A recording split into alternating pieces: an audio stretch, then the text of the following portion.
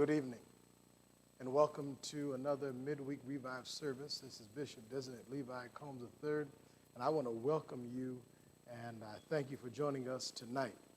Tonight we're going to do something a little different. We're not going to continue our study in the book of Habakkuk tonight because there are some things that have come up and that we want to be safe, and I want to thank each and every one of you who took the time out to pray for one of our deacons, Deacon Raymond Wilson, and taking the time to pray for his family as he recovers from the incident that happened on Sunday. We believe in the power of prayer. We believe that God can do all things well. And I hope and pray that you're praying with us, you're praying with his family, you're praying with his church.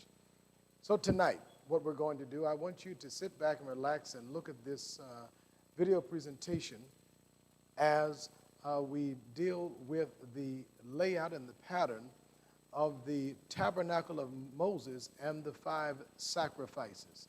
We're going to go back to the Old Testament, way back into the Old Testament, and look at the principles and look at how God orchestrated everything and how God was very meticulous and how God was very, very particular as to how his tabernacle should be constructed, should be built, and all the things that it included within.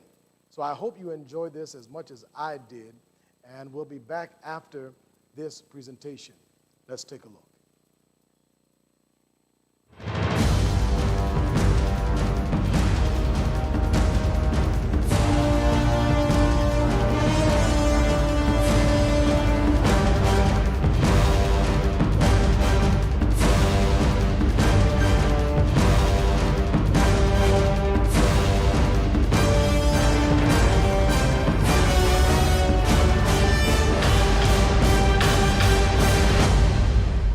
Tabernacle Man,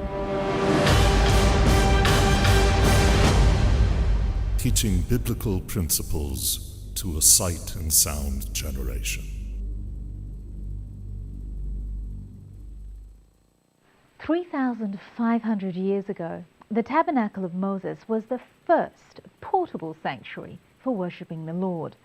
When Moses ascended Mount Sinai, the Lord was very specific with regards to the pattern that needed to be followed in order to construct the tabernacle, and he was very clear that Moses should not deviate from this pattern whatsoever. So why is it that we as believers need to study this pattern today? Is it possible that it could have any relevance for the Lord's people in this day and age? And could it seriously give us any insights into our own spiritual walk by studying this ancient form of worship? Our hope for today is to answer these questions and more as we introduce you to the purpose, the plan, and the pattern of the tabernacle. And thou shalt make the court of the tabernacle. For the south side southward there shall be hangings for the court of fine twined linen, 100 cubits long for one side. And the pillars thereof shall be 20, and their sockets 20. Of copper. The hooks of the pillars and their fillets shall be of silver. And likewise for the north side in length there shall be hangings 100 cubits long, and the pillars thereof 20, and their sockets 20, of copper, the hooks of the pillars and their fillets of silver. And for the breadth of the court on the west side shall be hangings of 50 cubits, their pillars 10, and their sockets 10. And the breadth of the court on the east side eastward shall be 50 cubits. The hangings for the one side of the gate shall be 15 cubits, their pillars 3, and their sockets 3. And for the other side shall be hangings of 15 cubits, their pillars 3, and their sockets 3. And for the gate of the court shall be a screen of 20 cubits, of blue, and purple, and scarlet, and fine twined linen, the work of the weaver in colors, their pillars 4, and their sockets 4. All the pillars of the court round about shall be filleted with silver, their hooks of silver, and their sockets of copper. The length of the court shall be 100 cubits, and the breadth 50 everywhere, and the height 5 cubits, of fine twined linen, and their sockets of copper. All the instruments of the tabernacle, and all the service thereof, and all the pins thereof, and all the pins of the court shall be of copper. Exodus chapter 27, verses 9 through 19. What I want to do is take a few moments and just explain the pattern that Moses was given for the altar of burnt sacrifice. And he made the altar of burnt offering of acacia wood. 5 cubits was the length thereof, and 5 cubits the breadth thereof, 4 square, and 3 cubits the height thereof. And he made the horns thereof upon the 4 corners of it. The horns thereof were of one piece with it, and he overlaid it with copper. And he made all the vessels of the altar, the pots and the shovels and the basins, the flesh hooks and the fire pans, all the vessels thereof made he of copper. And he made for the altar a grating of network of copper, under the ledge round it beneath, reaching halfway up. And he cast 4 rings for the 4 ends of the grating of copper, to be holders for the staves. And he made the staves of acacia wood, and overlaid them with copper. And he put the staves into the rings on the sides of the altar, wherewith to bear it he made it hollow with planks. Exodus chapter 38, verses 1 through 7.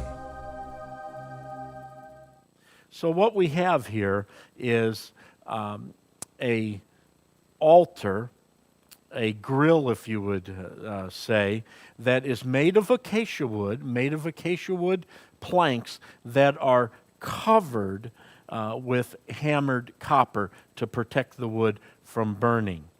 Copper conducts heat and spreads it out, so it's not going to burn through in any one particular place. You'll notice that in many versions of the Bible, it describes the size of the altar of burnt sacrifice in terms of cubits. And remember, a cubit is basically the measurement from a man's elbow to the tip of his finger.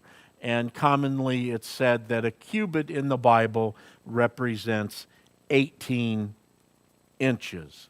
So this particular instrument is 4.5 feet tall. It's in measurements of cubits, and 5 cubits square, 5 cubits in each direction, and those cubits translate into 7.5 feet. So what you have is a wood box covered with copper that is 4.5 feet tall and 7.5 feet square.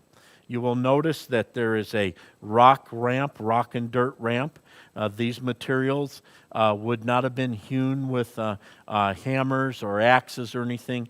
They would have been taken from the ground as they were and used to build a ramp, a structure, so the priest, when he's presenting the offerings, can walk up to the fire and place the offerings on the grate. Now, what is important for us to learn today is just this basic structure. So you can see that it's on 2 mounds of dirt. The reason why it's lifted up and a ramp to go up to present is because you have to have some way to put the firewood in to keep it burning. You have to have some way to pull out the ashes that have burnt down from the coals to remove them, because we know that if you do not remove the clinkers in our life, if you do not remove the dead ashes and put new fuel in, the fire will go out. Now, Scripture tells us that the original fire was lit by God. after 7 days of inauguration and ceremony of instituting or inaugurating the tabernacle, on the 8th day, everybody was waiting for the first service to happen. And it says that basically God was pleased with the pattern. And when the pattern was right, the fire fell and lit the original firewood of the altar of burnt sacrifice. And you can see our flames are rolling in our footage, and to kind of give you an idea of what that might look like. It says that there were 4 horns, 4 protrusions on the altar itself. Now, horns in the Bible are a symbol of strength, a symbol of power. I asked one rabbi one time, why does the altar have 4 horns on it? And he said, well, it's got 4 corners, so 4 horns. And then he smiled and he said, how many horns do animals have? And I go, well, usually 2. And he goes, well, that's natural power or strength. God's altar has 4 horns, much more power, much more strength. I don't know if that's true, but I'm going to go with it, okay? Now, let's not get too caught up in were these like literal horns on an animal. It's basically talking about some protrusion that comes up on the altar of burnt sacrifice. Now, there are some Jewish writings that indicate, in the Talmud, that these were more square instead of pointed, and that there was like a cup inside, and this is where the priest would pour the blood on the horns of the altar when it was prescribed to do that. So the blood wouldn't have been running down all over the altar. It would have been in this cup that would have been inside this little square protrusion. That's where the blood would be poured. And after a while, it would dry up just because of the heat emanating from the altar of burnt sacrifice. The scripture tells us that the pots, the fire pans, the flesh hooks, the shovels, even the container that the ashes would be taken away from the altar were all made of copper. Remember, common copper doesn't shine like the silver that was used, doesn't shine like the gold that was used, but this is a symbol of how God can take something common and elevate it to sacred or holy purposes when it's been set apart for Him. But I can't show it to you in particular today, but if you take a penny, if you take an old penny or an old piece of copper and you take and you clean it, it does shine. So even something that is made of common metal can be used for holy purposes. But even like in our lives, even though we might get tarnished, even though we might get singed or burnt or have soot build up in our life spiritually, we can be cleansed. We can be made whole. We can actually be set apart, made holy, set apart for sacred purposes. I know that for some of us that's hard to think because of all the things we've done in our life, and before we become conscious of God, before we even thought of attending any type of religious services, before we even considered the value of prayer and spirituality, we may have picked up a lot of baggage along the way. But the ministry at the altar of burnt sacrifice then was about restoration, was about reconciliation with God. It was about repairing torn relationships between not only God and man, but man and man. So this is the first portion or first piece of holy vessel or furniture that you would see. It's also, if you'll look again at the model, it's the largest piece of furniture associated with the Mishkan. Some say that you could take all the other furniture, the copper basin, the menorah, the table of showbread, the golden altar, and even the Ark of the Covenant, and place it all inside here. It wouldn't do that. No one would have transported it that way. Everything had its own mechanism for transport. But the point is, as soon as you walked in the gate, the first thing that you saw, the thing that you couldn't get away from, is the ministry at the altar, the brazen altar, the altar of burnt sacrifice. Well, let's proceed a little bit and go to the next piece of furniture that was used in the ministry at the Mishkan. And the Lord spoke unto Moses, saying, Thou shalt also make a laver of copper, and the base thereof of copper, whereat to wash, and thou shalt put it between the tent of meeting and the altar, and thou shalt put water therein. And Aaron and his sons shall wash their hands and their feet thereat.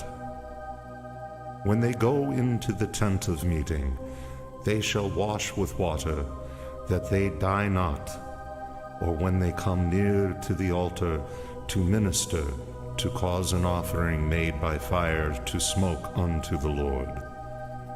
So they shall wash their hands and their feet, that they die not, and it shall be a statute forever to them, even to him and to his seed throughout their generations. Exodus chapter 30, verses 17 through 21. Come with me. We're going to go just a little bit past the ramp here. And what I've done is I've taken the copper basin, which would probably be a little bit further away from the ramp. It would have been back over this way. But for the purposes of the camera, so we can see this a little bit better, I've inched it forward some. And you can see that it basically is a two-part piece of furniture. It is made of solid copper. It's not made of wood overlaid with copper. We will learn in future lessons that this was made from the copper mirrors the ladies brought from Egypt, part of the spoils of Egypt. It's two pieces. There's the bowl proper, and then there's the base. We're not told how large this is. We're not told how wide it is, how tall, any of the dimensions. We're primarily told what it was made of, that it was two parts, and that it was made of copper and what it was used for. Every morning before the priest would begin his ministry at the altar of burnt sacrifice, before he would represent the people, before he would inspect offerings, before he would do anything, he would first come to the brazen altar, the copper basin for washing, and he would ceremonially wash his hands 3 times and ceremonially wash his feet 3 times. We sometimes are mistaken that here is where the animals were washed and cleansed. Not so. That was done on some tables on the north side of the altar of burnt sacrifice. This was just for the priest. It was a way of sanctifying. It was a way of making holy. It was a way of setting apart their activity that day. They were to make it holy, to make it sacred. This was not common duties. This was not everyday life. This was something associated with God himself. Some say that there were spigots on the side, and that's how they got the water out, and that there was a lid on this so dirt would not come in throughout the day or the evening. So we got the altar of burnt sacrifice, we got the copper basin for washing, and just behind me is the Mishkan, or the tabernacle per se itself. Now this structure is 15 feet high, 15 feet wide, and 45 feet long. Now let's go back to the model just for a moment and take off the 4 coverings and look inside. So the first part you see in the model is the holy place. We've just come through another veil, and that holy place is 15 feet high, 15 feet wide, and 30 feet long. And inside the holy place, you have the menorah. It's on the south side. On the north side, you have the table of showbread, and somewhere in the middle, up against or near or facing the veil that separates the holy place from the Holy of Holies, you have the golden altar of incense. Now that we've looked at the model, let's take a look at the full-size representations of the holy place. Let's go inside the tent. Many times over the years, Dr. Harmon has been asked if his pictures of the high priest's garments and the tabernacle were available for the general public. We're pleased to announce that 2 new resources for ministers, rabbis, Sunday school teachers, and anyone waiting to make their Bible's reading come alive are now available. The garments of the high priest contain the 8 golden garments of the high priest, as well as the 4 white linen garments of all the other Levitical priests. The pattern of the tabernacle contains more than enough slides for the teacher who wants to deliver several stunning lessons on every part of the Tabernacle of Moses, including the altar of burnt sacrifice, the laver, the menorah, the table of showbread, the golden altar of incense, and the Ark of the Covenant. These 2 resources will capture the attention of your congregation, young and old alike. We just left the outer court where the altar of burnt sacrifice and the copper basin for washing were located. Out there, we prepared ourselves to draw closer to God by presenting our korban, our offerings. So we were prepared for the way of God. Now we're inside the holy place where we're going to learn the truth of God. Remember, the holy place is just the first compartment in the tabernacle proper. Behind me is the Holy of Holies.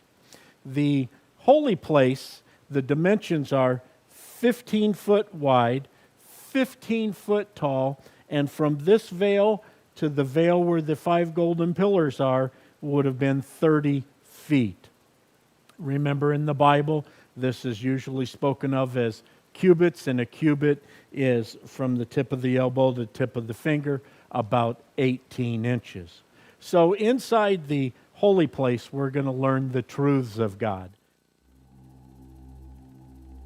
And thou shalt make a table of acacia wood. 2 cubits shall be the length thereof, and a cubit the breadth thereof, and a cubit and a half the height thereof. And thou shalt overlay it with pure gold, and make thereto a crown of gold round about. And thou shalt make unto it a border of a handbreadth round about, and thou shalt make a golden crown to the border thereof round about. And thou shalt make for it 4 rings of gold, and put the rings in the 4 corners that are the 4 feet thereof.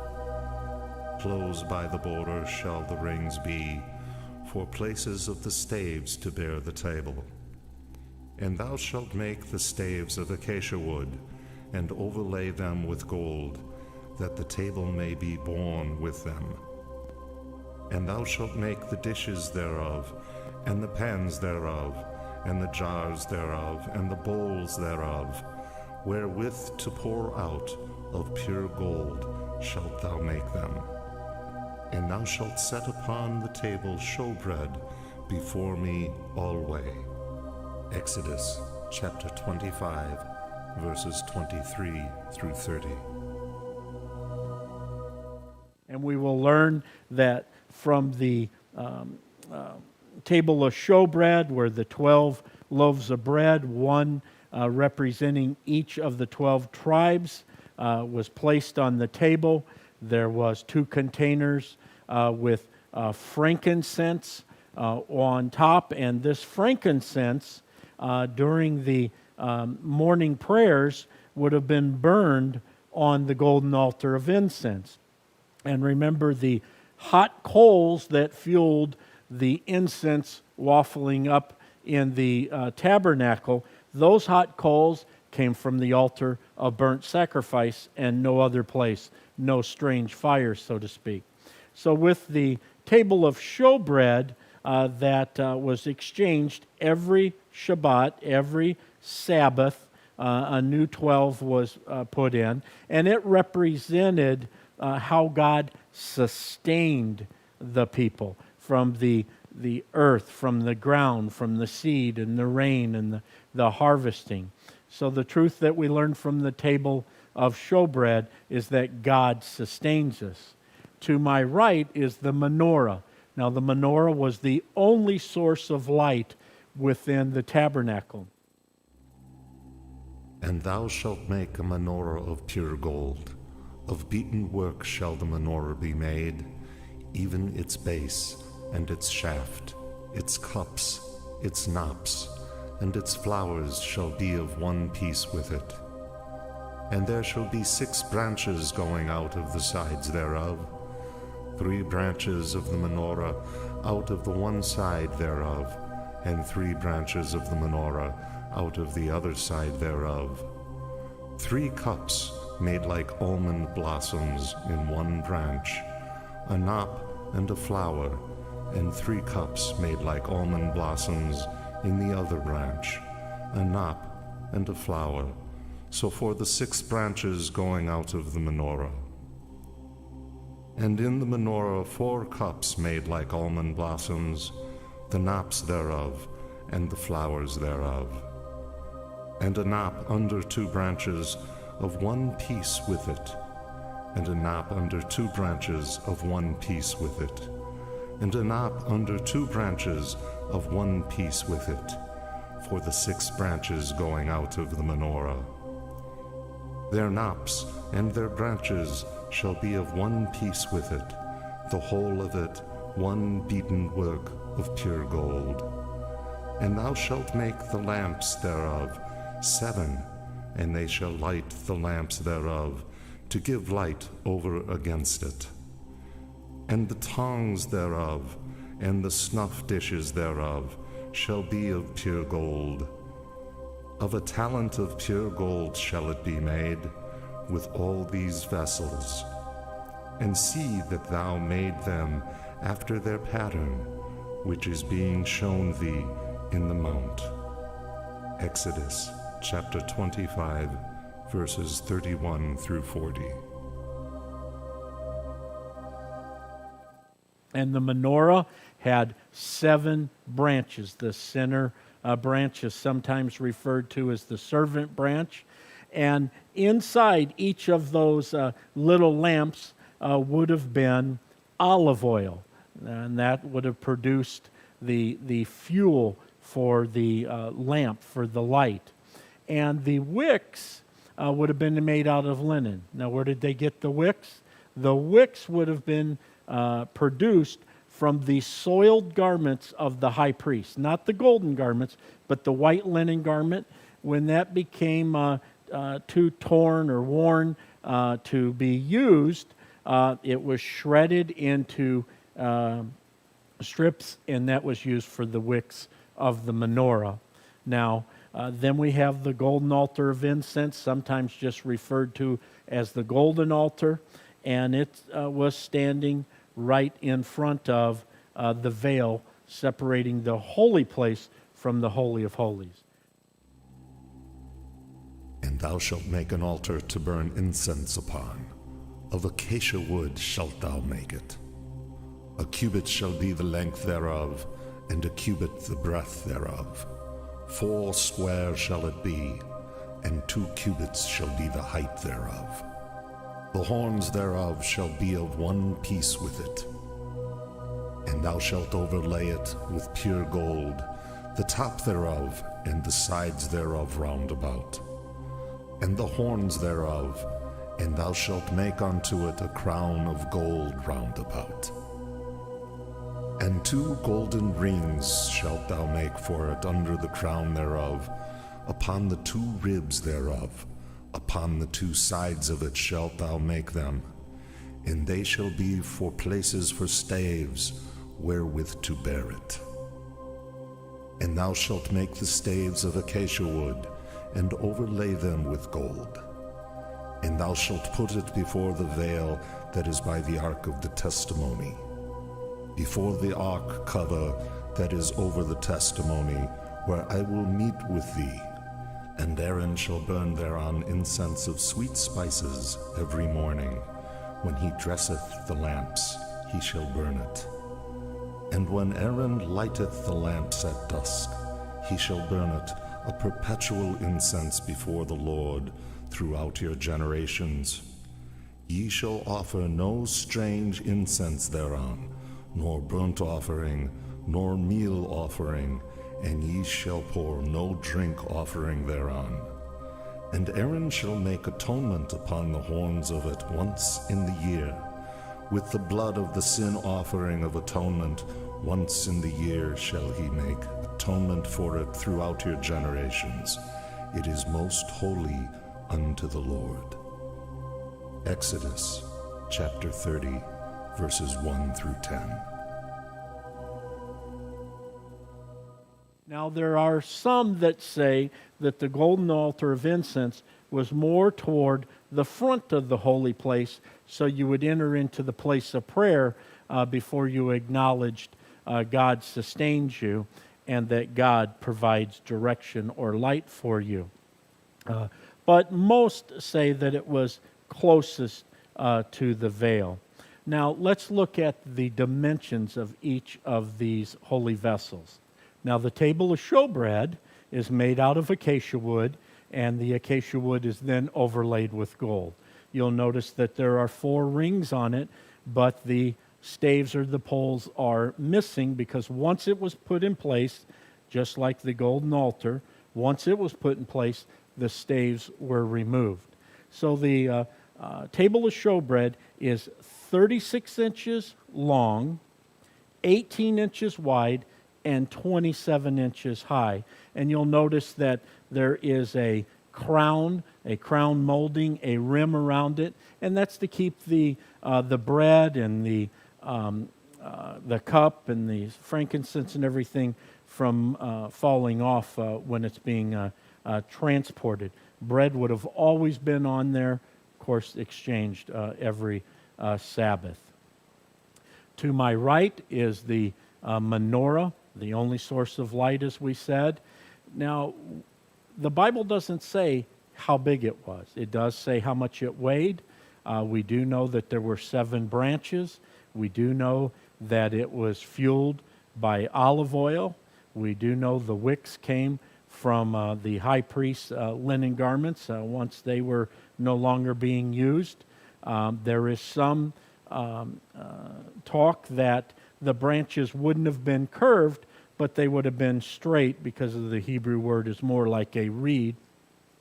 But it's known best because of it's a symbol of Israel. It's on the Arch of Titus. So most show the branches curved. But the most important piece is that it was hammered out of one piece of gold. Quite a bit of work, probably about 75 to 90 pounds worth of gold. So today it would be quite expensive. The golden altar is 18 inches square, so 18 inches this way, 18 inches that way, and it's 36 inches high. In the center here would have been a bowl, and that bowl would have been used to house the burning coals, and the incense would have been placed on that every morning and every evening. And just to recall, Aaron, the high priest, would come in, and every morning he would trim the wicks and place hot coals and incense on the altar. And every evening he would take and replenish the oil in the menorah, make sure that they were kindled, and then once again place more hot coals from the altar of burnt sacrifice and more incense before the Lord. This is the holy place. Let's take a look inside the Holy of Holies.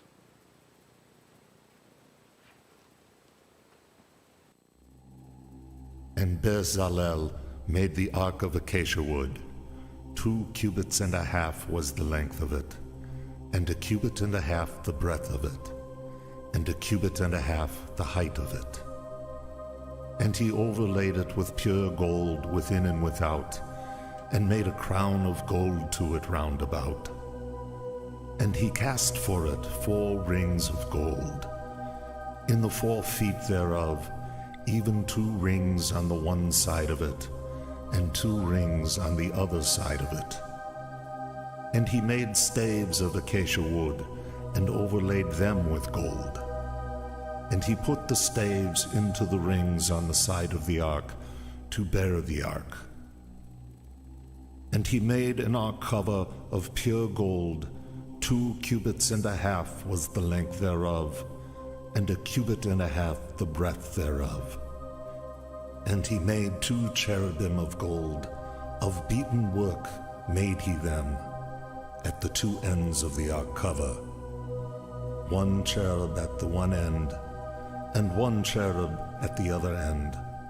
Of one piece with the ark cover made he the cherubim at the 2 ends thereof. And the cherubim spread out their wings on high, screening the ark cover with their wings, with their faces one to another. Toward the ark cover were the faces of the cherubim. Exodus chapter 37, verses 1 through 9. As you can see, we're now in the Holy of Holies. First, let's look at the size of this compartment. It is 15 foot tall, 15 foot wide, and 15 foot deep. Now you'll notice in the Bible it speaks in terms of cubits. And in biblical times, a cubit was basically from the tip of the elbow to the tip of the top finger, and that's about 18 inches. So when the Bible talks about a cubit, it's basically talking about 18 inches. So we have the Holy of Holies here, and you'll see that surrounding the Holy of Holies, we have those silver sockets that were purchased with the atonement money that we talked about in previous lessons. So these are the sockets that are in the ground, and they hold up the gold planks of acacia wood that's overlaid with gold. So when we come to the Ark of the Covenant, basically it's the safety deposit box. Inside the Ark of the Covenant was the 10 Commandments, the law. Now you'll notice that to the right side of the Ark that you'll see the pot with manna and you'll see Aaron's rod.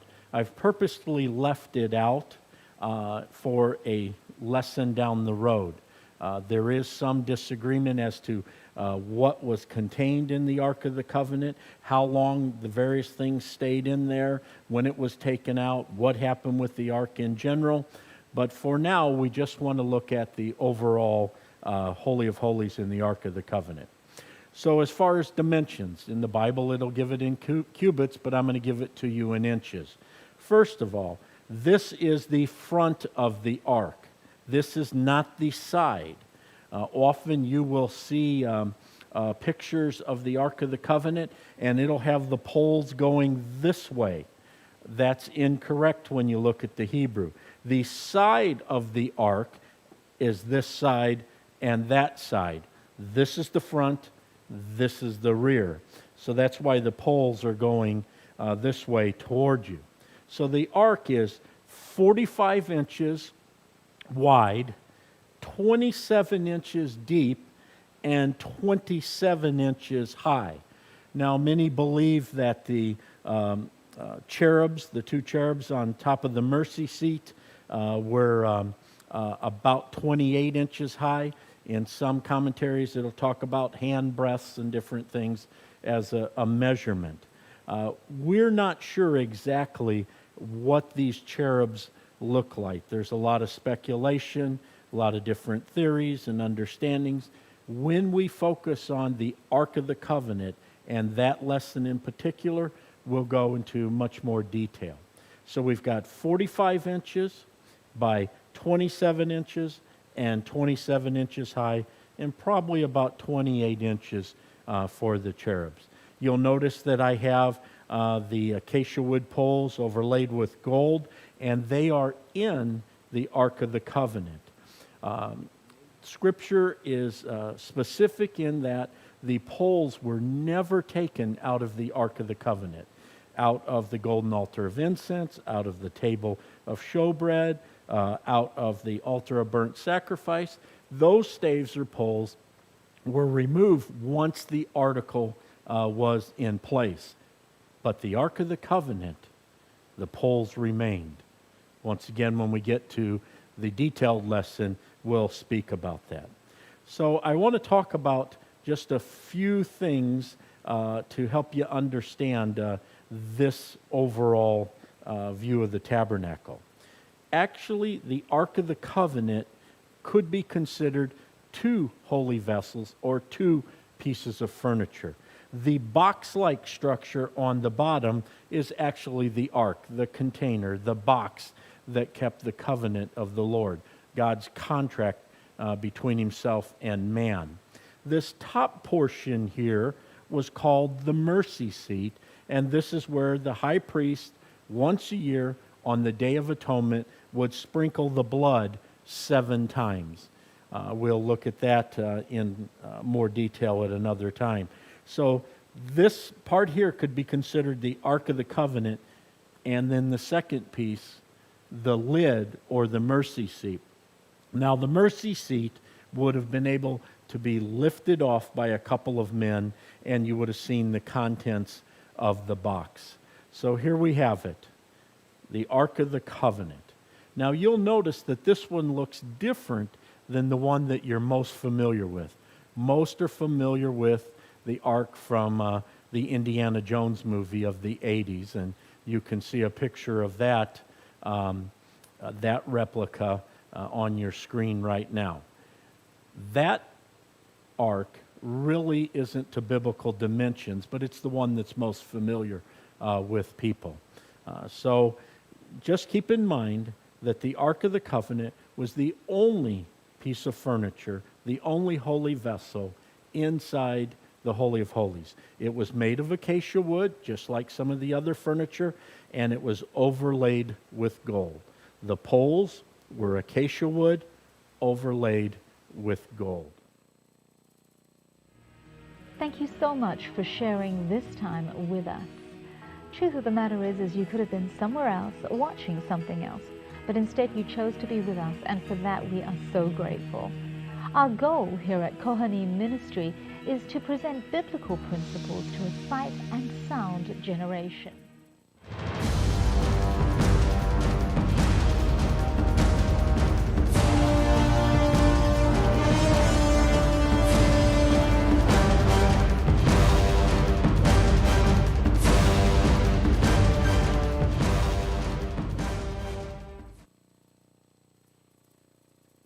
Well, I hope you enjoyed that lesson tonight on Moses, the pattern layout of Moses' tabernacle. And I hope that you saw something or learned something that you didn't know. For instance, it was good to find out how the Ark of the Covenant was actually constructed, where the poles were not on the front of the ark, but on the side of the ark. We can learn new things just about every day, things we thought we knew, then we find out through hard study and really taking the time to understand that we didn't know what we thought we knew. I hope and pray that as you go about your week this week, this is something that you can take in and something that you can apply somewhere in your life through your journey.